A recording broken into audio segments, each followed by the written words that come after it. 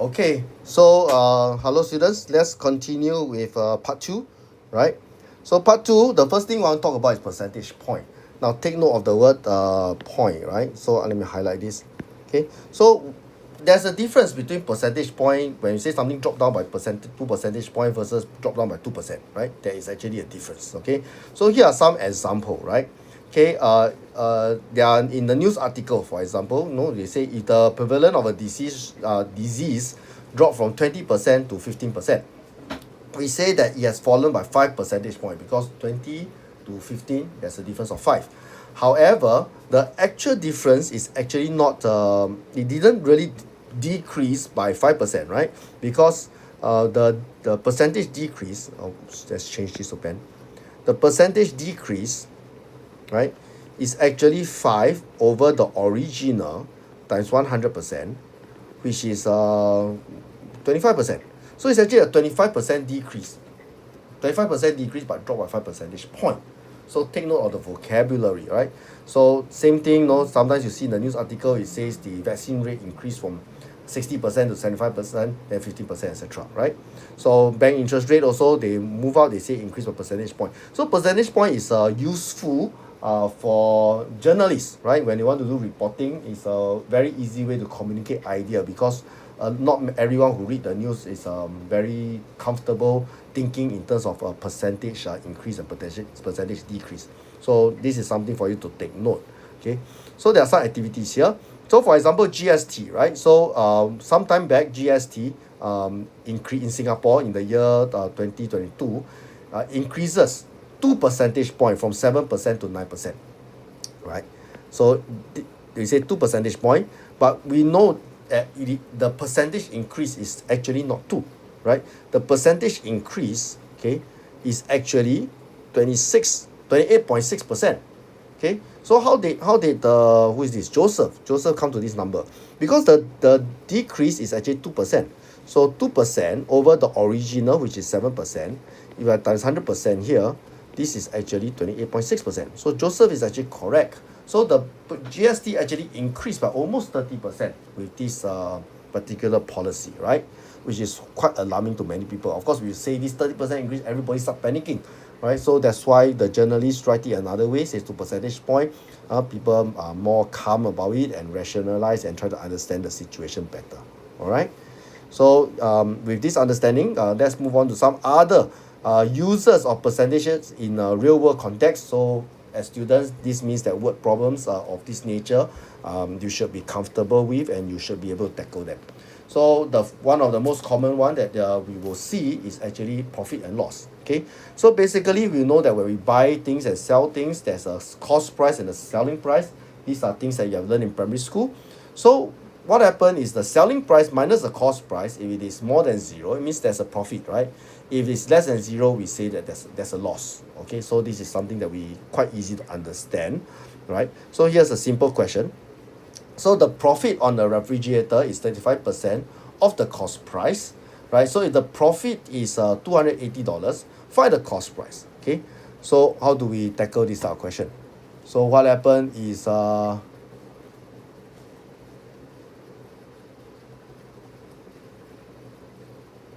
yeah, let me find. Okay, distracted by some of my notes. Okay, so what we want to do here is we actually can approach it many different ways. We can use algebra, since we have learned algebra, right? We can say cost, let the cost price, right? We are trying to find the cost price. Yeah, so if we're trying to find the cost price, we can say let the cost price be X%, right? So word problems, we use algebra quite a bit. Okay, sorry, not X%, X dollar. Okay, so what happened now is that 35% of X, right, is actually $280, right? Because 35% is the profit. Okay, so we are interested in finding the cost price. Cost price will be X, which is 100% of X, right? So 100% of X will go 100 over 35 times 280, which gives us $800. Okay, so that's the cost price. right? Okay, next part 2, they want us to find the selling price. Well, in this case, the selling price is very straightforward, right? The selling price will be the cost price plus profit, right? So that will give us 1080. Did you get that? Okay, next idea that we want to talk about is discount. Discount is basically you go there and people charge you less than what is on this thing called the mark price, right? Why is it called the mark price? Because when we buy and sell things, you know, there's a price tag. Well, basically we mark the item with that price tag, right? So that price tag, we call it the mark price, right? Then after that, the actual amount that you paid for it, okay, where the sales take place, we call it the sales price. So discount is actually defined as the mark price subtract the sales price, right? So the percentage of discount will be, you know, discount over the mark price. Because mark price is the original value times 100%. Okay, so that's not that difficult to understand. So we have a little cartoon here to see if you agree with them, right? So down here it says Joseph says I'll just take 30% off the price to work out how much it costs. Can you do that? Yeah, not quite right? We need to actually take in a lot of things to into account, right? Uh, and for George, he says, oh, 10% first, then 20%. Can you do that?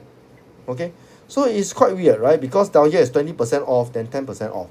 So yeah, it might be, okay, but is it 10% first, then 20%, or 20% first and 10%? It's quite fuzzy, right? So this type of question, we got to be very careful, okay? The actual amount that we actually take away is 28%. You'll be surprised, right? It's actually this one.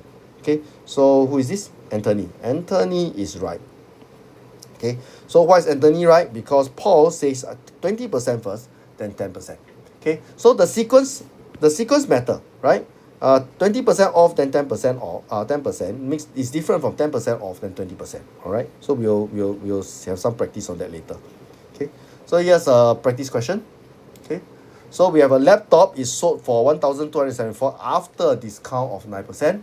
Find the mark price, right? So the mark price is the original, right? The original is 100%, we know. Okay, after 9% off, the selling price is actually 91%. Okay, so this 91% is 1,274. So we want to find what is the mark price. Okay, so that's how it works. So 91%, okay, you can say represents, okay, 1,274, right? So 100% represents 100 over 91 times 1,274, okay, which is 1,400. So therefore, mark price equals $1,400. Okay. Now next example, if a 5% discount is given on the mark price before it is sold at a further 4%, will the sales be the same? Just now, based on the comic, the little cartoon, the stick figure, we already know that it will be different. So now let's use this opportunity to work out the difference, right? So we know the mark price is 1,400. Okay, so if I give a 5% discount, what happened? This will be 95% times 1,400, which will be 1,330. Then down here another 4%, right? Now in this case, it will be 96% times 1,330, which is 1,276.80. So 1,276.80 compared to 1,274. Well, there's a difference, right? A difference. So conclusion, well, the sales price is higher. They're not the same, right? So if I tier my discount, actually the discount is lesser, right? Okay, so 5%, then 4% is different from 9%. So 9% straight flat discount is actually much better. So sometimes you go shopping and a lot of sales promotion, you got to be careful, all right? Okay, next example, we have a air conditioner sold for $700 after discount of 12.5%. Find the mark price, right? So we can do this. Okay, so now what happened is the mark price is the original, so I want the 100%. So the 12.5%. So I have actually 100 minus 12.5%. Okay, uh, this is actually the put in the percent, right? This is what's my mental calculation? 87.5%. Okay, so from here we can say that 87. Why Siri keep popping out? Is it my pronunciation? 87.5% represents $700, right? So we want 100%. 100% is represents 100 over 87.5 times $700, which is equals to $800, right? So this is actually the mark price. The mark price. So the mark price is $800. Okay. Part 2, if a 10% discount is given on the mark price so of the air conditioner before it's sold at a further 2.5%, will the sales price be 700? Say no, right? We already know. Okay. So we can actually work it out, right? So what happened is we can go, we know the mark price is 800, right? So after 10% discount, the value is actually 90 over 100 times $800, right? Which is $720. Then after the 5%, sorry, not 5%, 2.5%, 2.5% discount, it will be 97.5% times 720. My handwriting. I'm running out of space. Oops, what did I do? Did I close the file accidentally? Yeah, let's open it back up. Okay. Yeah, let's try to write neater. 720, which is 702. So, yep, it's slightly higher than the 700, right? As we predicted. Okay. So, say no, it will be $2 more. Yeah, okay. Right. Next, let's talk about GST. Okay, goods and services tax. Right. So GST is a tax on consumption. Tax is paid when money is spent on goods and services. So many countries have this, including Singapore. Different country, different way they implement this, and different amount. Right. Singapore right now is 9%. Okay, is it 9%, right? Yeah. So when I'm younger, it is different, right? So it has increased over the years. Okay. So let's take a look at the question. So we have a microwave oven cost 270 before GST, assuming that the GST is at 9%. Find the total amount of money that he has to pay. So before GST, it is $270. So before GST is the original amount. So original amount is 100%. That means now after GST is 109%. So 109% times 270. You work this one out, it will be 294.30. Okay, so for something that is $270 after the GST, we actually pay 294.30. Okay. Now another example, we have Devi. Devi ordered a bowl of ramen at a Japanese restaurant which offers an 80% discount, service charge at 10%, and GST at 9%. Ooh, right? So she pay a total of $10.13. Find the mark price. Okay. So what happened? Okay. Here we need to yes, that's the total amount. So we need to work backwards, right? So the final amount is right here. Okay. Okay. Yeah. So actually down here are little boxes, you can try it out, but my recommendation, there's actually a more direct way to solve this question if you are familiar with algebra, and I do recommend you get familiar with algebra. So I'm going to use the algebra method, right? So I'm going to let the mark price be X dollar, right? X dollar. So what happened is first we have we start with a 18% discount. So 18% discount is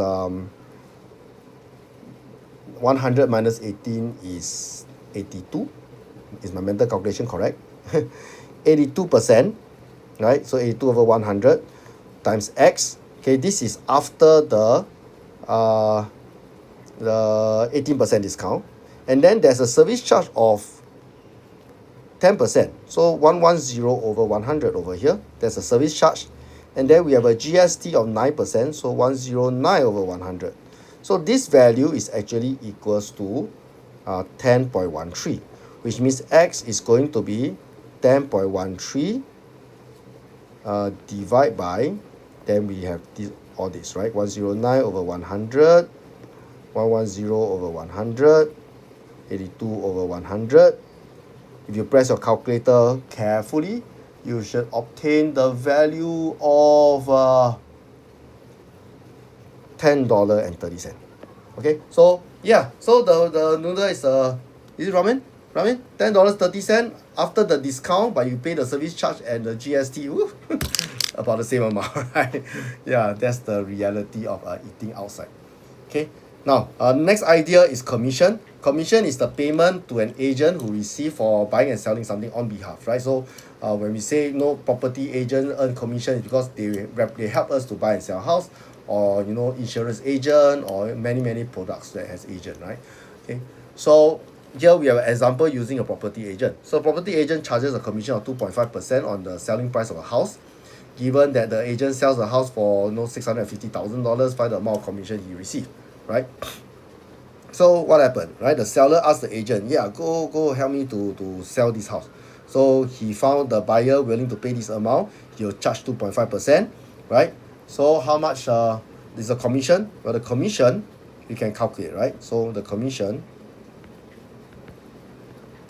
is going to be 2.5% times 650,000, which is going to be 16250, right?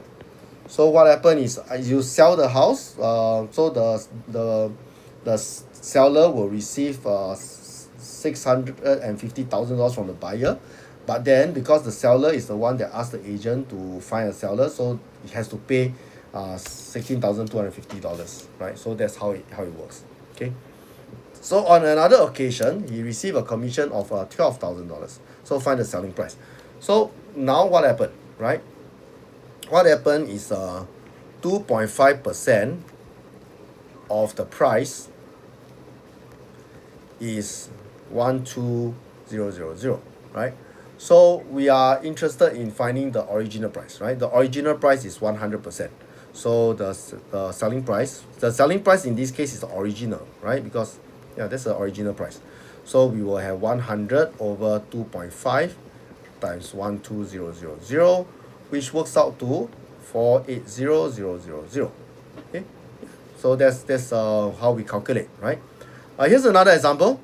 A salesman is paid a basic salary of $520 per month and a commission of 25% of total sales, right? So sometimes people who do sales, that's how their pay structure is like. So if the product he sold for a particular month is this amount, 5,264, what is his total income? So total income now has two parts, right? We have 520 here, okay, but then the commission in this case is 25%. So 25% times, okay, 5264, okay, you work this one out, this is 1316. So the income will now be 520 plus 1316, which will give us $1,836. Okay, so sometimes you see questions like this. All right, so these are some of the examples that we have in the notes. I hope it helps you to have a good understanding of how percentages work, and all the best for the coming EOY, right? Gambare.